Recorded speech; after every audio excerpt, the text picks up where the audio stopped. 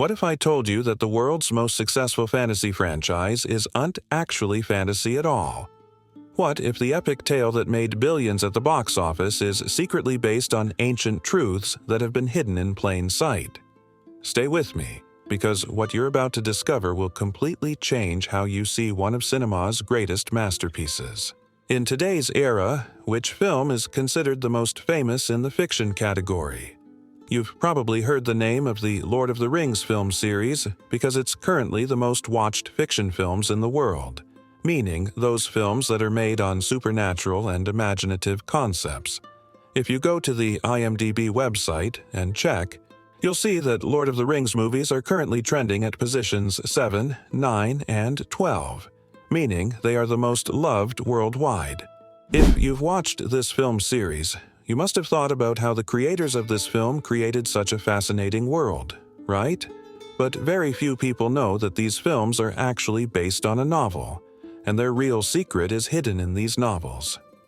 The person who wrote the Lord of the Rings series novels was named J.R.R. Tolkien, who created an entire imaginary world in his novels, which contains magical characters like fairies, elves, hobbits, dwarves, goblins, and orcs. But much of Tolkien's work remained unpublished before his death occurred.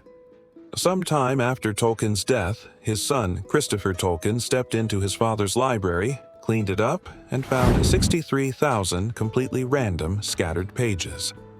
Some of these pages had character names that were crossed out, while others still had names written on them.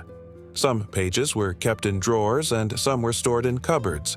Some pages were intact while others were completely torn. But Christopher Tolkien, out of love for his father, organized every single item of his, arranged them in order, and after years of hard work, finally published his father's books. These later appeared as Lord of the Rings and a 12-volume set of books called the Silmarillion. These books are proof of J.R.R. Tolkien's ultimate genius, how he invented an entire language within these books called Elvish, which you can sometimes hear the characters speaking in these films. But here's the interesting part, which I want you to listen to carefully. What inspired Tolkien to write all these books?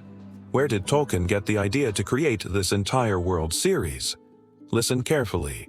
The secret is hidden in Tolkien's books, The Silmarillion, and History of the Middle-earth.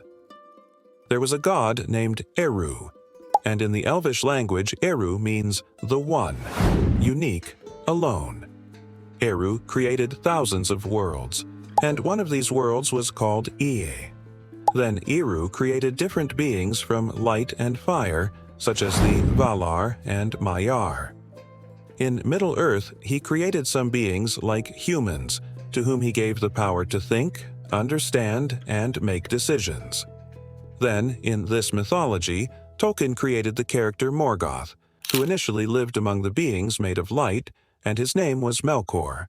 But later, he turned toward evil, and then his name became Morgoth, meaning the one who turns to evil. And then the biggest weapon that Morgoth sent to conquer the world was Sauron, who had only one eye. And if you've watched this film series, you're definitely familiar with Sauron's one eye. But do you understand what I'm trying to tell you? The world's highest-grossing fictional series, which has done billions and billions of dollars of business at the box office. Where did they get their inspiration from? From the truth. This truth that we've been hearing since childhood, that we have one God who is unique, alone, who created many worlds, who first created beings of light and fire, meaning angels and jinn, and then created humans whom he gave the power to make decisions. And among these, jinn was one jinn named Iblis, who used to live with the angels, and whose former name was Abu Haris. But after refusing to prostrate, he became arrogant and turned toward evil.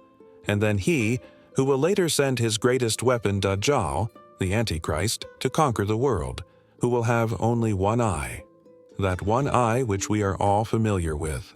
Who will say that these things are fictional? Who will say that these things are merely inspired by imaginative films? No, these things are not inspired by films, but films are inspired by these things.